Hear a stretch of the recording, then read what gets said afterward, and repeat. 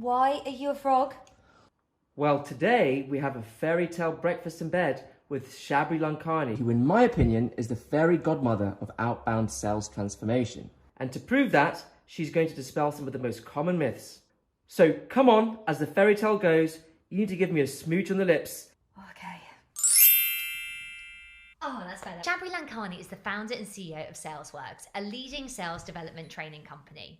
She brings over 10 years experience with inside sales development, where she spent 7 years at Finastra, the largest fintech in Europe, building from scratch their revenue generating inside sales capabilities. And only 2 years since founding SalesWorks, Shabri recently announced the acquisition of the company by US-based investment firm Blarney Ventures, now opening up international markets and outsourcing capabilities. Right, Shabri, we're going to dispel some myths. You have developed, Shabri, with your business, a framework called the 4S framework, which we'd love to hear what the 4S's are all about. But also, what are the key myths that you have helped dispel in each S within that framework? Okay, so the 4S's are skills, structure, strategy, and systems. The framework exists because we see a lot of companies get one or two of those right, but it's actually the alignment of all four that is really important. So a number of myths in that area. So starting with skills, the first one we see is companies thinking that SDRs will be fine with just product and knowledge. And actually, I think it's a lot of the soft skills training that they miss out on. And without that, not able to have the conversations that they need to around creating value, uncovering pain, intensifying pain, building relationships. And actually, product training isn't just enough. We need to get away from those feature function conversations and actually start to have conversations around challenges about our prospect's business as opposed to our software. The next is on structure, and the biggest myth that we hear around that is companies saying we don't need a dedicated SDR manager. Let's just have them report to someone in marketing or someone in sales. And that is something that is so underinvested in, and I think is so important that we just see people don't get right. I don't necessarily think it matters whether SDRs sit under sales or marketing. That's my honest opinion. What I think matters more is the fact that there's a dedicated leader in place that is living and breathing this and waking up every day, as opposed to reps reporting to a VP of sales who don't have the time, effort, or resources to manage and coach them. The next one, right, actually there's two in strategy. The first one is if you want to motivate an SDR, give them more money, right? So, you know, that's one that I want to dispel now. And I think that we're in a situation now where different things motivate SDRs. It's not just about monetary spiffs and monetary incentives. And so, you know, understanding what motivates and drives your SDRs is really important. And then the second myth that I would like to dispel is the fact that making more calls leads to increased results. So I think, you know, absolutely believe that activity drives output. I think it's way more important to have a more focused target addressable market, understanding who your ideal customer profile is. You know, as sales leaders, if we want to double our revenue, we don't just double the size of our sales team, right? So understanding what activity is it that you need to drive output. It's not just a volume and quantity game, it's actually quality that's really important. The last is on systems, and one that I hear quite a lot is we don't need a tool in our tech stack that does call coaching or call listening. You know, we listen to people's calls live, and we don't need to do this through a system. And I think call coaching is still one area that is so underinvested in. Okay, Shabri, second question. So looking deep into my crystal ball, what do you see the future of sales development looking like? You're taking this pretty seriously. So I think there are a number of things that we're already seeing, and I think that are going to continue to happen. I think the first is the specialization of roles is going to continue to change. So I think for organizations who don't have an SDR team right now and still have full cycle reps, I think we'll continue to see that evolve.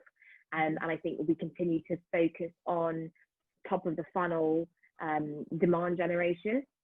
I think also with events being removed, at least for the foreseeable future, likely the next 12 months, that accounts for 30% of a lot of companies' demand generation and pipeline, right? So I think that they're going to either add some more resources to focus on outbound, or they're going to start to change what they're doing and invest in more things like paid search and paid advertising, which is naturally going to lead to an increase in qualified leads at the top of the funnel. I think on the actual strategy side of things, I think the future of sales development is definitely going to expand more into an account-based model. So, I think it's something like 41% of companies do now use SDRs for account-based prospecting. So moving away from that spray and pray approach that we talked about, more towards a targeted model as well. And I think training is going to change as well. I think companies realize that we need to move away from a one-off training approach to actually continuous learning. And we talked earlier about what motivates SDRs, and so much of that is learning and development. And so I think companies are going to start to invest more in training. I think especially as budgets are going to have shifted a lot. And I think lastly, I think we're going to see SDRs migrate a bit more to an inside sales approach. So, given what's going on right now, we're moving more towards a remote selling and virtual selling environment. I think we're going to see SDRs start to play a bit more of a role in the latter parts of the sales cycle. So maybe taking it to demo. Henrique, I know at GT you do the warm handoffs with your SDRs and your account executives as well. I think we're going to see more of that.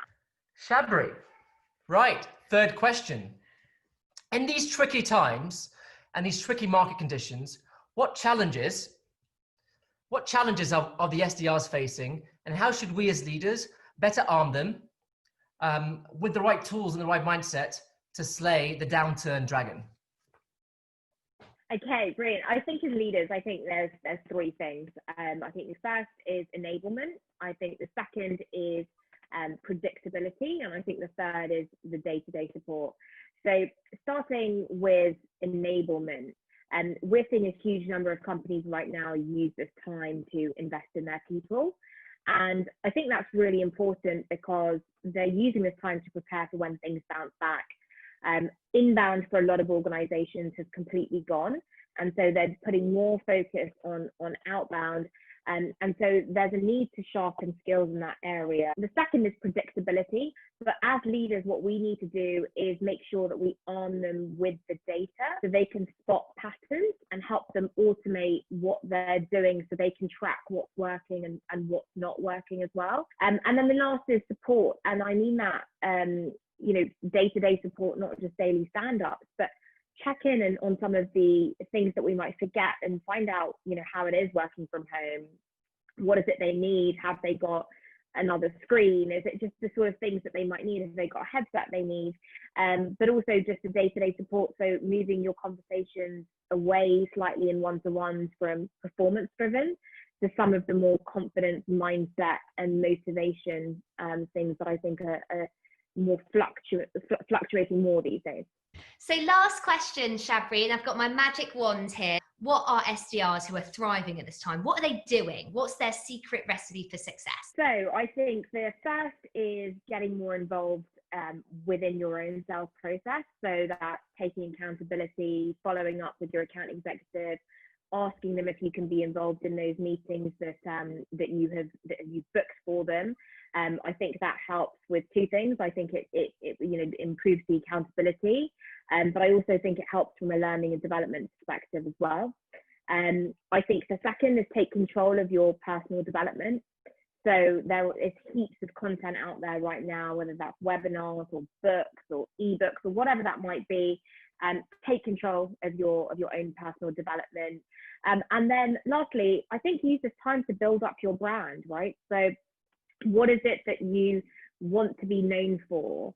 Laura, you've got a great example of Lucy within your team who's done a fantastic job of that, right? So use this time to build up your brand and realize that is, when you're doing outreach on LinkedIn, it's your landing page for where prospects then click. So think about what you want to be known, not just internally within your organization, but how you want your prospects to view you as well. And that's everything from your picture, your headline, the content you post. But I think now's a really good time to work on your own personal brand as well.